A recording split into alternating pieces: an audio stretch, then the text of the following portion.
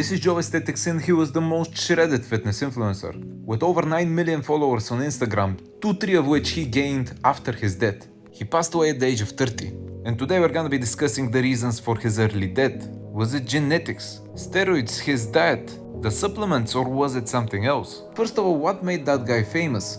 He looks a little bit like me here, cause I'm also a blondie. I'm still working on my chest moves though. Very few people can do what you're seeing at the moment. And to be honest, if you're able to do that with your chest, or any other muscle in that matter, there must be something wrong with your body.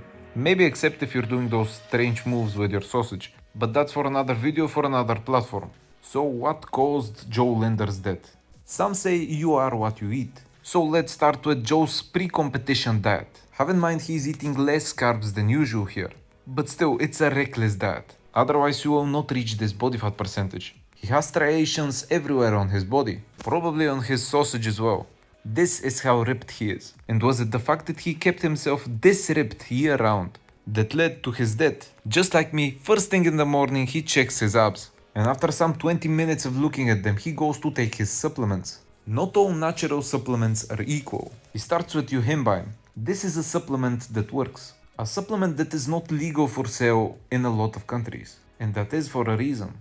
I've tried Yohimbine once in my life, and I immediately realized that it is dangerous. As a whole, if a supplement works very good, it has side effects. I didn't take a small dose, I took an average to a high dose. There were two reasons behind my decision to take a bigger dose. Number one, and the most important one, they were giving it to me for free.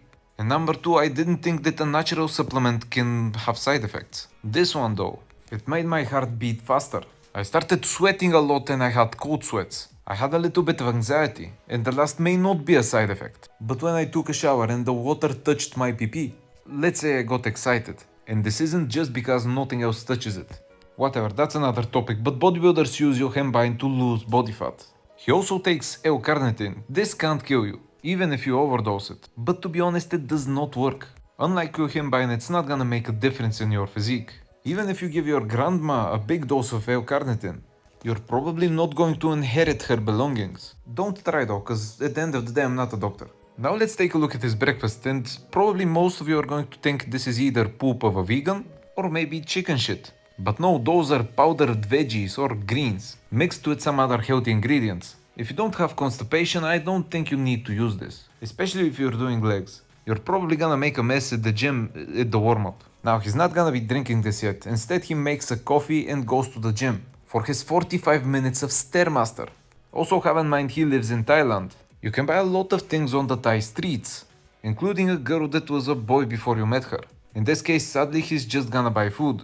In his case, a ginger, carrot, cucumber, banana and lemon shake. Constipation food again. For his breakfast he's gonna mix that shit with the greenery we saw earlier. And some whey protein. To be honest, I will have no problem drinking this. But if you're a normal person that values his taste buds, I would probably not recommend it. And finally, some solid food, 400 grams of shrimp. The only problem is that there are no fats. And even if you don't remember anything else from this video, you must remember that if you want your sausage to be able to get double or triple in size, when or if you ever need it to, you have to have fats in your diet. And the carbs for this meal are some noodles with cabbage for volume. You're probably not gonna die if you eat this way though. His food choices are good, it's just not enough food, especially for a man that works out hard. And yes, this is the diet he uses to get extra crispy. But he's staying crispy year round already. The body is meant to have some fat on it at least most of the time. It uses fats for energy, hormone production, a lot of things in general. It's no secret he uses gear. And before he used a lot more gear than he uses now. And those special banned supplements do have a big impact on your health markers. Throughout his career he used a lot of steroids. But do you wanna know who else used a lot of steroids throughout his career? Mr. Olympia, and he did not die. He's still alive at 60.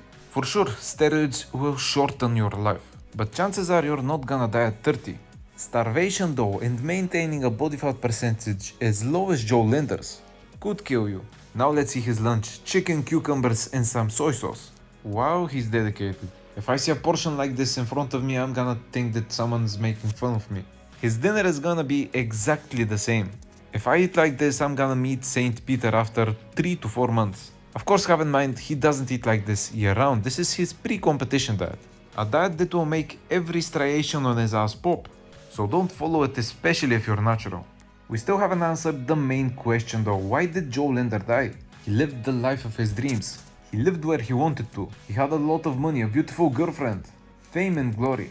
But he most probably died because of a genetic reason. So now on our screens I will pop up a doctor from Mexico that is discussing the price of your kidneys. The market has gone quite up since I sold mine, in order to buy the new iPhone. Whatever, the doctor is also explaining about something called aneurysm. I probably butchered the word, but never mind. Especially if you're using gear or you have high blood pressure.